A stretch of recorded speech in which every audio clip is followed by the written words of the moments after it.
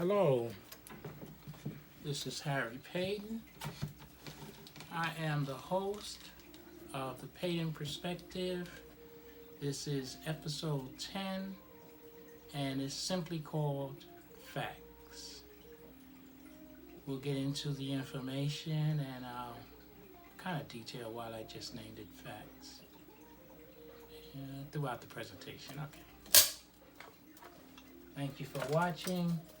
Those that may have watched the episodes before know that the very last episode 9 dealt with stress reduction tips. Stress is a major problem, not just in the urban community, but especially throughout America. Americans stress over things probably much more than most other countries. We're obsessed with certain things, keeping up with the proverbial Joneses and doing things better, trying to achieve that level, top level. So we stress over things. And statistics, facts, let you know, as I presented, that stress kills. But this is not on stress. But some people deal with stress a variety of ways. One of the ways that they deal with stress is through mind-altering, non-doctor prescribed substances, such as alcohol. Some people go to the other side, and I had talked about this during stress reduction, that sex does relieve stress, and I gave facts on that. But people go to, alcohol, people go to sex. But another way, and it's a big problem in America, again, is drugs, illegal drugs. Sometimes it's doctor prescribed, and many times it's just drugs that are on the free market, and we know them as illegal drugs. And I'll discuss some of that right now. Many of us know that we've heard things. I'm a great wildlife. I love to study animals. God made the animals, and because I'm a believer, a firm believer that there is a God and everything just didn't come together by happenstance. I love to look at the defenses of animals, whether it's the aggressive animals, the passive animals. We know them as predators and the prey. So there are animals that are predators, and then there are animals that are prey. Prey animals generally get eaten by the predators. And it's just a whole cycle. And I love studying that. Lions, tigers, and bears, so bears just generally eat fruit. They can kill an animal and kill a human, really, they're very aggressive when they want to be. The prey animals, gazelles, smaller animals, rabbits, and you got the wildebeests, and, other animals such as that. They're more prey because they're not out to kill an animal. Most of them just eat things that are non-meat, and they become prey to the predator. So I love studying that. But there is a saying that goes that a person has their head in the sand, and that relates to a myth that ostriches, very big bird, probably one of the biggest bird, in God's creation. That ostriches, when they get scared, they'll stick their head in the sand, in a hole in the sand, figuring that if they can't see things around them, then others can't see it. No, God made them smarter than that. That's a myth, and those animals are not stupid. And I've never, and you have to prove it to me, I've never seen an ostrich with his head stuck in the sand. But there is that saying, so I'll use that saying just because it is a saying, not because it's true. Again, this is based on facts. Ostriches don't stick their head in the sand, fact. But using the expression, we as people in the urban community, it doesn't even relate to color, but it relates to people in the urban community sometimes walk around like we have our heads stuck in the sand. In other words, we can't see things going around us because we're so busy hiding, thinking that if we don't address it, it won't pertain to us. One of those issues is drugs and the drug epidemic. As much as people talk about battling drugs and the drug epidemic, there's a direct correlation to the lack of education and the inferior education that people who live in certain communities receive versus the more superior, extensive education that others receive in other communities. And that direct correlation is that, people who tend to receive a better education tend to escape certain problems, and those who receive an inferior education tend to be surrounded by it. Here's what I'm talking about. If you don't go to school, if you don't receive an education that puts you on a level playing field with some of the competition out there, then most likely you'll be looking for a job.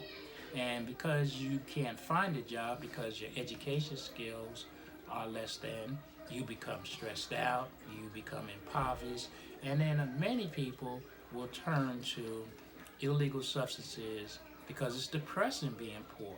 It's depressing not being able to take care of your family. So they'll turn to drugs.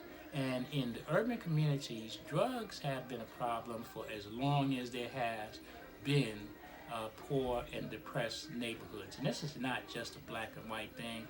Any of the urban areas, back when different other ethnicities were the impoverished people coming to America as immigrants, there were things that they had to deal with, and lack of education and lack of jobs is certainly a big deterrent, and it certainly causes a lot of stress.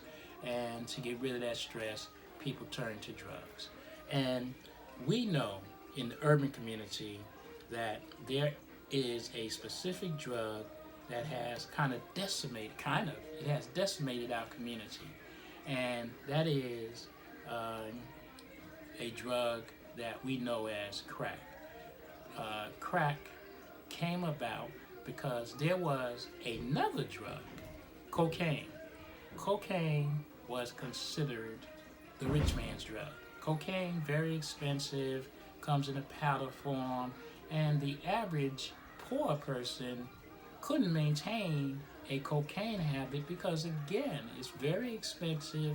Making it very expensive if you don't have much money is kind of more difficult. If you're going to get it illegally, you have to do more things to get it. So around the 1970s, cocaine was the very big drug. Soon after that, someone discovered, guess it was a drug dealer, guess it was someone who, deals in illegal drugs, that there was a way to turn crack or manufacture crack cocaine. And crack cocaine could be manufactured and produced so that it was a very inexpensive. People were able to go out and purchase it for as little as $5. $5 you can get yourself some crack, and you could, through using that crack, forget about all your problems. Euphoric. I've never tried it. I just fortunate. I'm an educated person, so never had a real means to try crack. But those who tried it, from what my research, again, and that's factually based, crack is a kind of one-time drug. You use it one time, you become hooked on the drug. It's no, well, just try it, don't like it, don't want to go back. Most people who try it like it because the euphoric feeling, the feeling of highness, the feeling of forgetting all your problems is so overwhelming that once you come down off that high, you want to go back up on that high again. So it becomes very addictive. and it's selling for $5 a pop. I don't know what it sells for now, but in the beginning, it sold for $5 a pop. $5, you could get yourself a little glassine of crack. And the reason it was called crack is because you put it into a little device, glass type device, and you put like a lighter or an intense fire. Most people use lighters, and you light it and you inhale it. And when you do that, the drug makes a crackling sound. That's why it's called crack. And that decimated our community, because when poor people started to say, hey, look, I know we poor. Guess what, girl? Guess what, guy? I did this drug, man. Oh, man, I forgot all about my problems, man. I was so happy. I had some fun. Come on, let's try something. Let me try something. And the other person, easy to seduce them because they were having problems and they wanted to feel good. They used it. If you walk around the urban community, you will see what I call walking zombies. People who are walking around and you can tell that they have a problem. There's no doubt they have a problem. They may be disheveled. They may not look like they took care of themselves. But the one thing that you will notice is that to a degree, most of them are pretty happy to a point. And when I say that, is that they've adjusted to their lifestyle. And what they're looking for is the next fix to make them euphoric, make them happy, make them do the thing that, makes them forget their problems. So crack has taken over our community. Now, law enforcement and those who are out there who do not do drugs were victimized sometimes by those who do crack, because even $5 is still $5 that you have to get. So people will be robbed. A lot of crimes surrounding the drug epidemic, surrounding crack. People are trying to get crack. And people were, you walk into your home and everything's gone, and literally someone would steal your TV and sell it for $5 because all they wanted was that. I'm telling the truth. A crack dealer will sell something for peanuts because all they want is that crack. So they don't care about getting $100 for a TV, because in desperation, as long as you give them enough for the next high, most crack person, not the dealers, will take that. And most dealers, they would, one way or another, always be available for those crack users. So back around that time, there were many legislators, Hillary Clinton, Kamala Harris, Kamala Harris, were many of us, and many of us in the community that weren't, addicted to this drug, wanted severe crime. We need to lock them up. We need to do this. We need to do that. And as a result, many, like the marijuana epidemic, many people got locked up for weed, marijuana, whatever name it goes by, because if the police caught you, you were put in the system and you were prosecuted. Now, here's another fact. People who were caught with cocaine did much less time than those who were caught with crack. Statistics bear that out. You went before the judge, because here's how it works. If I can afford a cocaine habit, I probably got a little money. So when I go before the judge, I got my good old lawyer here, and he's just gonna say, I'm just a good old boy who made a mistake. I won't ever do it again. I've been working all my life. I got these little kids, and everything's gonna be all right, Your Honor. Just give me a little hand. And they would literally just give them a little smack on the wrist, and they would get off. And that's how the system works. But those who did crack, those who were involved in marijuana, little amounts of marijuana, would get big sentences, would go to jail, and that was the way it was. And Hillary lost a lot of followers because she called people in those communities super predators, and yeah, they were predators. They were super. You didn't want to be out at night, because some people would, out there on addicted on drugs, they would prey on you. But it was just different because here you were an elitist white woman, you know, out there calling these people those names. And, it came back to bite her because, like I said, whether it's true, whether they were super, whether they were predators, it seems that those names get regulated to the urban community. So in 1986, the Federal Anti-Drug Abuse Act was passed and it imposed mandatory sentences, which meant no matter what. You get caught with a small amount of crack, you get caught with a small amount of marijuana, mandatory from the federal government, not locally, from the federal government, you got yourself in jail, you got yourself mandatory sentences, and many people got caught up in that. Many people are still in jail today. There's a big push to get a lot of those sentences reduced, reversed, and that kind of thing.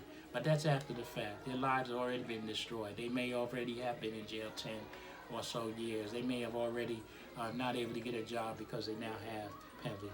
But now, circa 2019, circa is just a way of saying right now, circa, 2019, there's a new drug epidemic. And when I say new, it's something that's causing a problem now.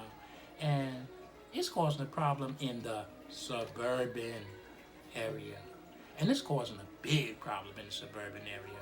It was kind of predicated by people would go to the doctor with pain.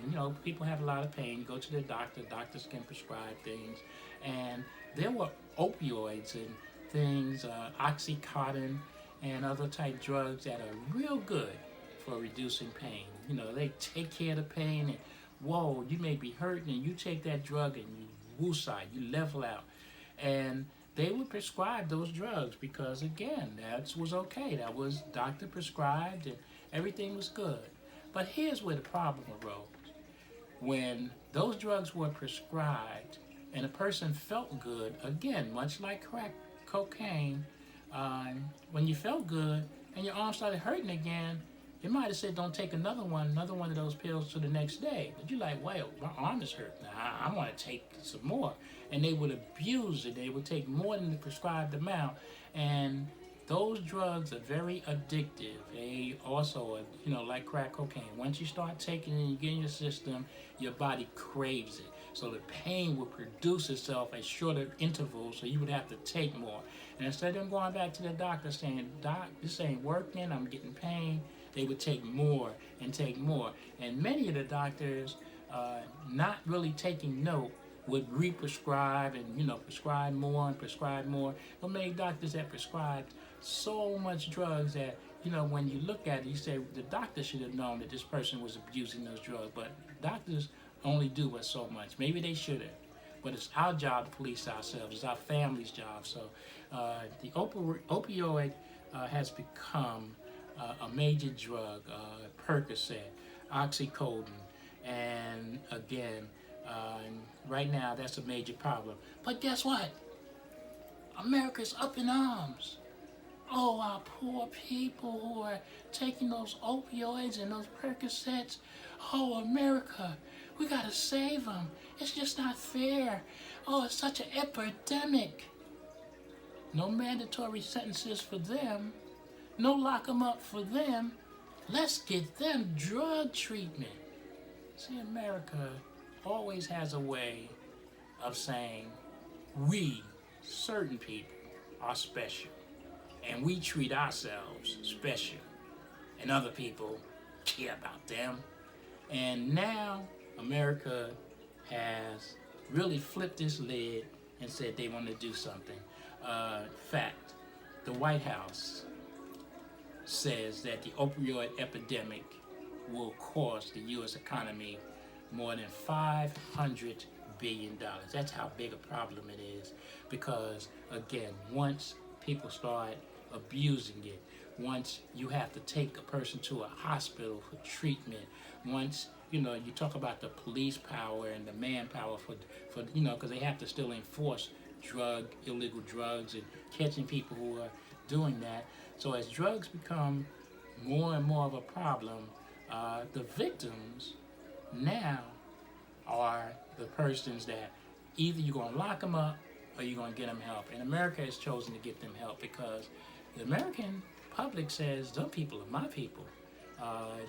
The former governor, Christie, the one that ran for president, related a story about his friend that he knew for a long time, and not to downplay it, but was on drugs.